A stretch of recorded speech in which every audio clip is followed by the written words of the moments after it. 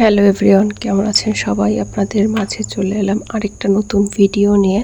তো আজকের ভিডিওতে আপনাদের সাথে শেয়ার করব কিভাবে আমি রাইস কুকারে অর্থাৎ কারেন্টের জালে এত টেস্টি বিরিয়ানি রান্না করলাম, তাও বাসমতি চালের, এবং অনেক পারফেক্ট হয়েছে বিরিয়ানিটা। তো আপনাদের সাথে সেটা শেয়ার করব। দেখতেই পাচ্ছেন আমি একদম বড় বড় দুটো লেগ পিস নিয়েছিলাম। তো প্রথমে মাংসগুলোকে ভালো করে ভেজে নিতে হবে। ভাজার পরে আলু ভেজে নিতে হবে। তারপরে আদা বাটা, রসুন বাটা, সাথে বিরিয়ানি মশলা, টক দই দিয়ে ভালো করে আপনি মশলাটা কষাবেন। কষানোর পরে মাংস দিয়ে কিছুক্ষণ জাল দিবেন, যাতে মাংসটা সিদ্ধ হয়ে যায়।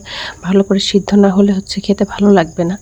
তারপরে জাল দেওয়ার পরে যখন ঝোলটা গাঢ় হয়ে আসবে, তখন আপনারা ওটা নামিয়ে নেবেন এবং লেয়ার করে ভাত এবং সে মাংসের এটা দিয়ে দিবেন। দেওয়ার পরে কিছুক্ষণ দমে রাখলেই আপনাদের দম বিরিয়ানি রেডি।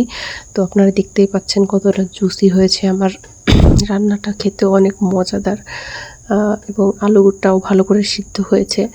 তো পুরো রেস্টুরেন্টের থেকে কোনো অংশে কম ছিল না। তো আপনারা চাইলে বাসায় এটা ট্রাই করতে পারেন। ধন্যবাদ।